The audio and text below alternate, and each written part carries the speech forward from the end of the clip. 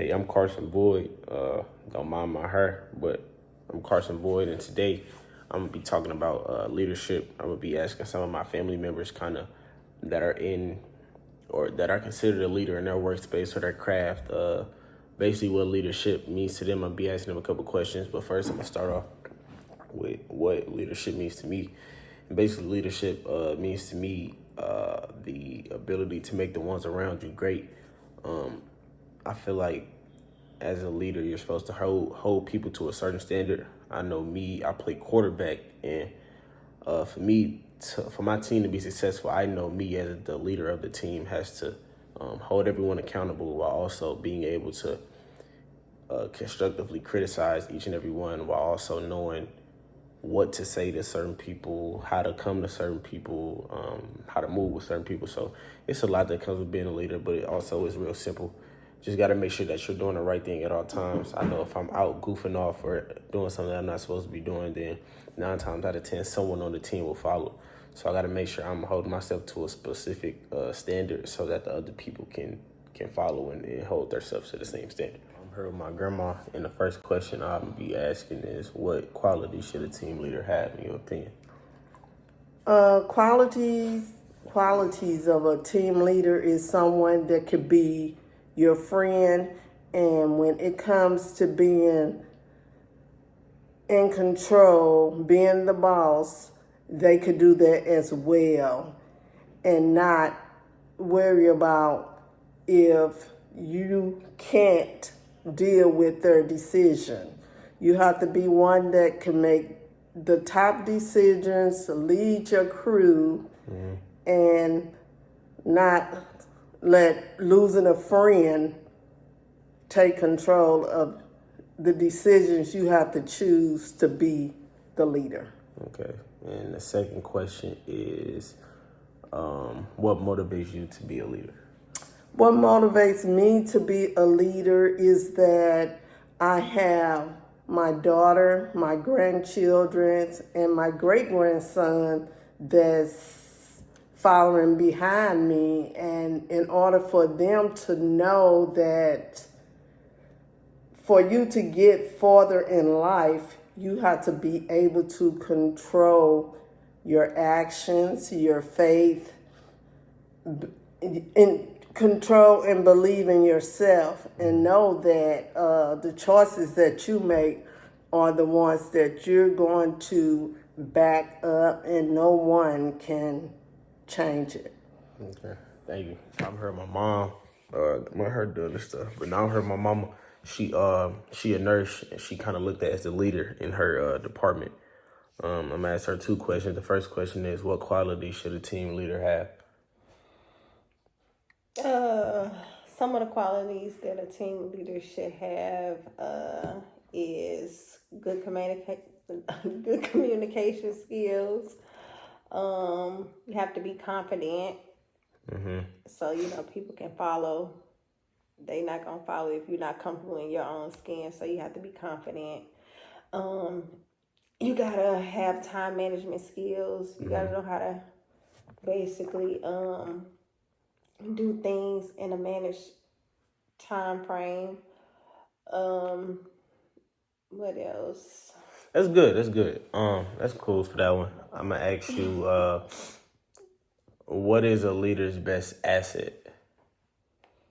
A leader's best asset. Communication skills. Yeah, I criticism. would think that a good asset would be, you gotta be diverse. You gotta be, show, Take your time.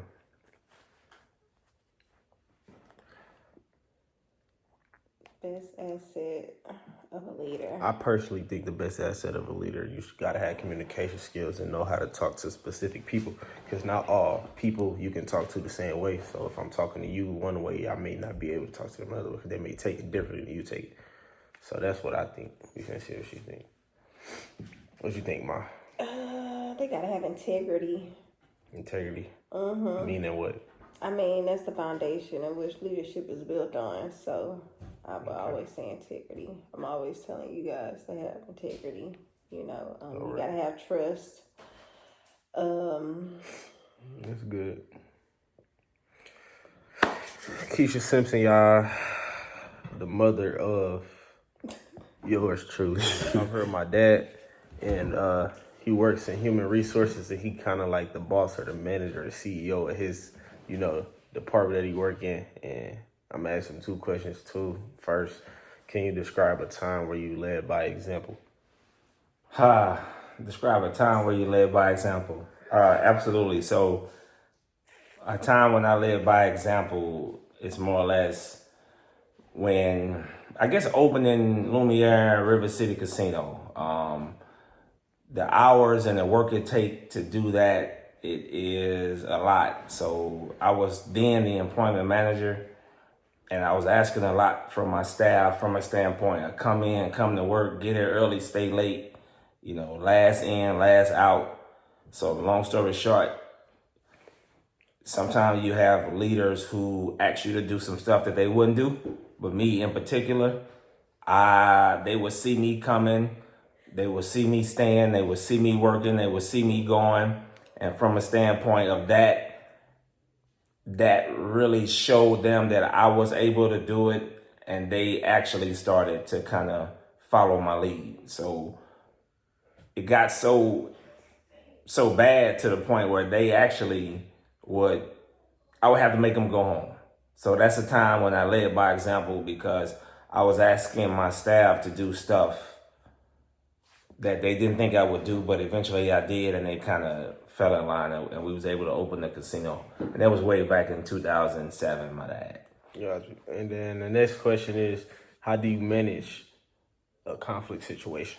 Oh man, I do that every day. How I manage conflict situations. So in human resources, that's really my job. Conflict resolution. I'm in the industry of people, so I go as people go. So how I manage conflict situations is when I find myself in that situation, I first cut my mouth off and cut my ears on. So I listen. I don't listen to respond. I listen to understand. So once I understand where both situations are from, be it me or 2 different situations, I then, try to gather the facts, try to gather which 2 situations are consistent, or is the story consistent. Once I get that, sometimes I have to do investigations and make recommendations. But needless to say, the best way to manage conflict situations is to treat everybody with respect, treat everybody with a level of understanding, so that, you can be wrong, but how they're wrong and how you present it to them is really the best way. So that's the best way that I've managed conflict. Truth be told, conflict is in work, conflict is at school, conflict is at home, conflict is all over the place. So it's a part of life. Bet. Appreciate it.